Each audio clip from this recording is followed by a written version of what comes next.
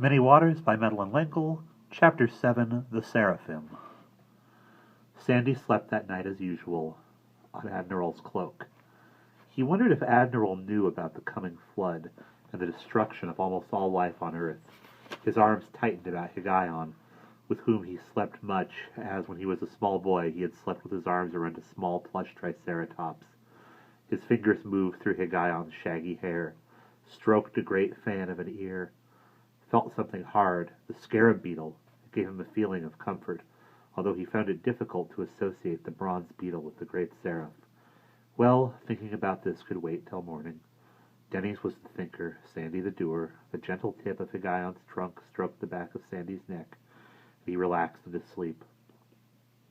Admiral came in the morning, in his seraphic form. Sandy said, "I've been thinking." After all, not only Denny's could think. Admiral smiled. Sometimes that is a good idea, sometimes not. Denny's and I are in the middle of the story of Noah and the flood, aren't we? Admiral's azure eyes regarded him. So it would seem. How are we going to get home? Admiral shrugged his golden wings. The way you arrived, perhaps? Somehow I don't think that's going to be possible. In the meanwhile, Denny's is in one of Noah's tents halfway across the Oasis. That is true, but he is nearly ready to come to you. It's a long way. Is he strong enough to walk it? Possibly. I was thinking maybe you could call a unicorn for him. Certainly, that is a possibility.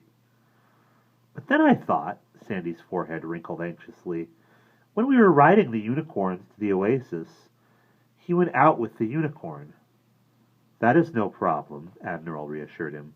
If we should call a unicorn to bring him from Noah's tents to Lamech's, and if, for some reason, they were both to go out, then we should recall the unicorn to Grandfather Lamech's tent, and Denny's would be here too. Sandy asked curiously, if Denny's fell off the unicorn right away, and if the unicorn went out of being with him, could you call them to Grandfather Lamech's tent faster than it would take them in a sort of ordinary way? Oh, certainly. Fear not. Wow, wait till I tell our father. That's what he's working on. Traveling without the restrictions of time. Tessering. Admiral nodded. That is indeed one way of thinking about it. Your father is on the right track. Sandy wrinkled his brow in concentration. Okay, then. If Denny's and the unicorn went out, and then you called them back into being when they appeared here, that would be a quantum leap, wouldn't it? Tell me what you mean, Admiral's azure eyes probed Sandy. Well, it's like, particle physics. Well, you can measure a quantum where it is, but not on its journey from there to here. At least you can't measure a quantum in both its speed and its place in space, not at the same time. A quantum can be measured where it is, and then it can be measured where it's got to, so he paused for breath. So, Admiral asked, smiling. Oh, I wish Denny's was here. He could explain it better than I can, but when you call a unicorn into being, you can see it, maybe measure it, but you can't measure when it's gone out. Not until you call it back into being. So maybe that's what space and time travel is going to have to be like, a quantum leap, or what my father would call a tesseract. You are an intelligent young man, Admiral said. This is not easy to understand. Sandy realized that he had closed his eyes, almost stopped breathing in order to better concentrate. He opened his eyes and took in a deep gulp of air. Can you do it? Do what? Tesser, take a quantum leap. Admiral smiled again. When I am a scarab beetle, as I have told you, I am limited by what limits the beetle. When I am in my seraphic form, I have fewer limits. Can you get off this planet if you want to? Sandy asked. I mean, can you travel to other solar systems or other galaxies? Oh, certainly. We are here because there is need. Our brothers, the Nephilim, cannot leave this planet. They have lost some of their freedoms. Why? Sandy asked. The Admiral was examining Sandy's healed skin. You are beginning to get a nice protective tan. When your twin comes, each of you must spend a little time, and then a little more in the sun, until your skin can bear the rays without burning. You must always remember to stay in the tent during the noon hours. Even in the shade you can burn from the sun's reflection. "I've been sunburned before," Sandy said. "Once when our scout troop went to the beach for the day, and we all got burned, but it was nothing like this." "I think you come from a more northerly part of the planet," Admiral said, "and this sun is younger than it is in your time." "And not so much pollution now between the earth and the sun.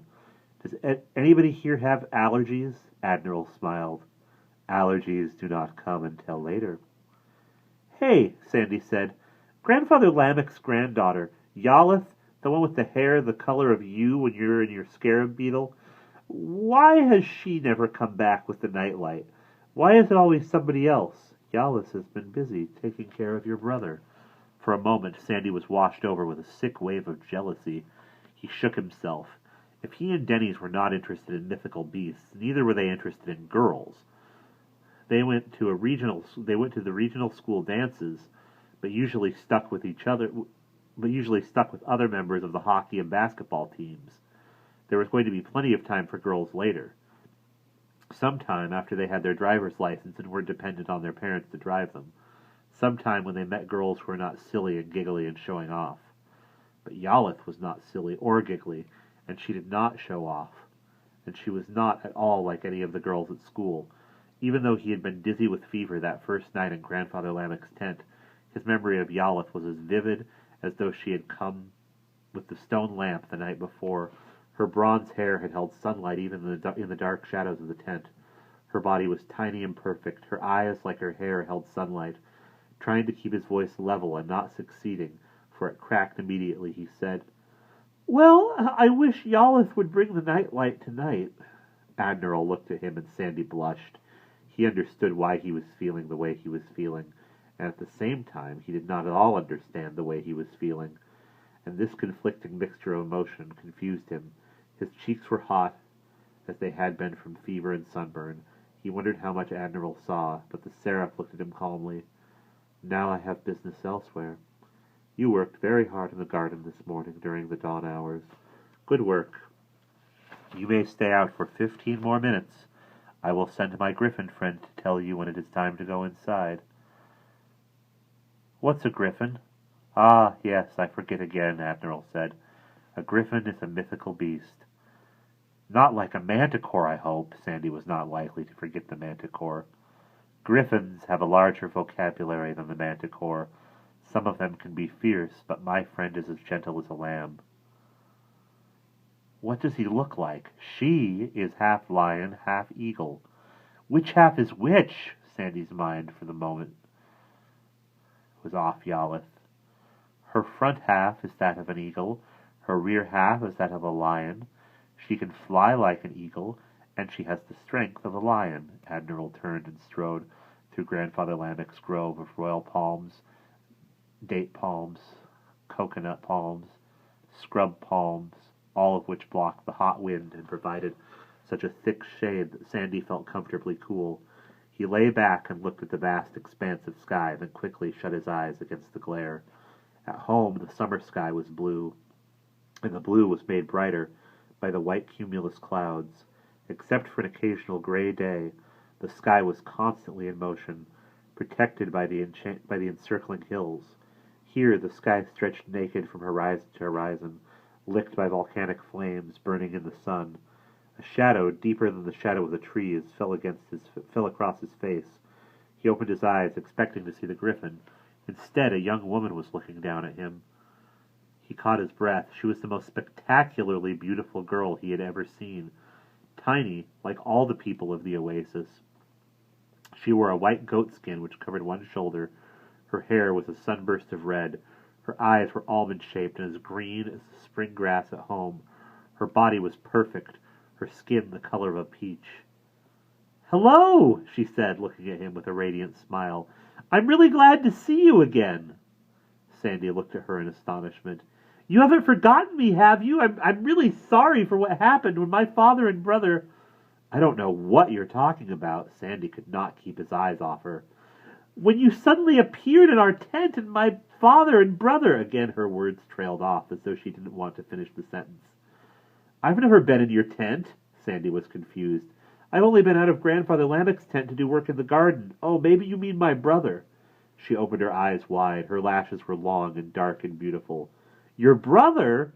My twin brother," Sandy said. "We do look very much alike. You haven't been staying in one of Noah's tents?" "No, that was my brother Denny's." "Oh, who are you then?" "I'm Sandy." "Well then, Sandy, I'm very happy to meet you, and I'm glad you're being nicely cared for." "What's your name?" Sandy asked. "I'm Tigla. I'm Anna's sister. Anna, Ham's wife, Noah's daughter-in-law, and I'm Mala's friend. Do you know Mala?" "No." "Mala is Noah's daughter, the next to youngest. Yalith is the youngest. Mala is the beauty of that family. We've been given Yalith and a holy balm of salves to help heal your brother. Oh dear, this is confusing. I was really startled to find you here instead of at Noah's, and then you aren't you at all. You're not the one who appeared in my father's tent that night, and giants who look alike and have no wings," Sandy sighed. "In our time and place, we're not anywhere near as tall as giants. We're just tall, and we probably haven't even finished growing." "You aren't as white of skin as the Nephilim, and you don't have wings, but you're as tall as they are, and as handsome in a different sort of way." She reached out and stroked his face. Then she bent closer, and he was half fascinated, half repelled by the strong odor of perspiration mingled with heavy perfume. She had rubbed something red onto her lips and over her cheekbones. It looked like the juice of some kind of berry. She bent closer and brushed her lips against his. "Hey!" Sandy protested. "You're sweet, you know," she said. "You're really sweet." "You're young, aren't you?" Sandy said stiffly. "We're adolescents." "What's that?" "Teenagers." She shook her head. "The Nephilim don't have any age at all. They just are. But they've been around. There isn't anything they don't know." Sandy sighed. "Well, I'm not like the Nephilim." Her lips touched his again, warm and fruit-smelling. A bird's scream cut across the sky. Above them was the shadow of two dark flapping wings, and then a thud, and a flailing of a long, ropey tail as the Griffin landed. Out of the beak came a negative squawk, which was quite evidently, "No! No! No!" and another squawk which sounded very like, "Tigla!" Tigla leaned against the trunk of a tall palm, stretching her arm up to reveal her figure to perfection. "Go away, Griffin! I like this young giant, and I think he likes me!" The Griffin cried an eagle cry and pushed herself between Tigla and Sandy. Her beak opened. "Go! Go! Go!" "No, no, no," Tigla mimicked. "He's just fine right here with me to tend him. The other one that looks like him has Yalith and all those other women hovering over him.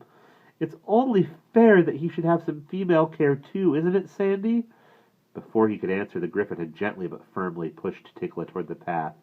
"You'd better not hurt me!" she shouted indignantly. "Rofokale is my friend!" From the Griffin's beak came a sound very much like a mosquito shrilling. Tigla kicked at it, hitting just where Eagle and Lion joined. Her toenails were long and sharp. The lion's tail flicked back and forth in irritation. Then the Griffin pushed at Sandy, urging him toward the tent. "I don't want to go in yet." Sandy looked at Tigla's green eyes. Tigla's voice was cajoling. "Wouldn't you like to come with me to one of the bathhouses?" "Bathhouses with water?" Sandy asked eagerly. Dirt from the garden was deep in his nails, and he could not clear it all off with sand. "Water? Whatever for?" she asked. "To bathe in." "Goodness, no!" She sounded shocked. "What an unhealthy idea! We bathe by being rubbed with oil, and we have lovely perfumes that cover all the bad smells." She giggled. "Who ever heard of bathing with water?" And we will pause there.